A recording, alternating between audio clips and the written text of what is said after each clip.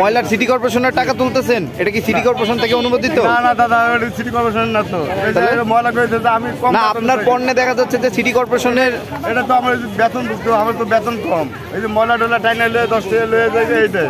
তাই প্রত্যেকটা দোকান থেকে না, এই কটা যে কটায় আমি এই সাইডে কাজ করি এই কয়টাই। আপনাদের কি আরো কি লাইনম্যান আছে? না, আর কেউ নাই? না। তো মানে প্রত্যেক দিন কয়টা দোকান থেকে টাকা তোলেন? এই যে 50টা 60টা দোকান, 50টা 60টা।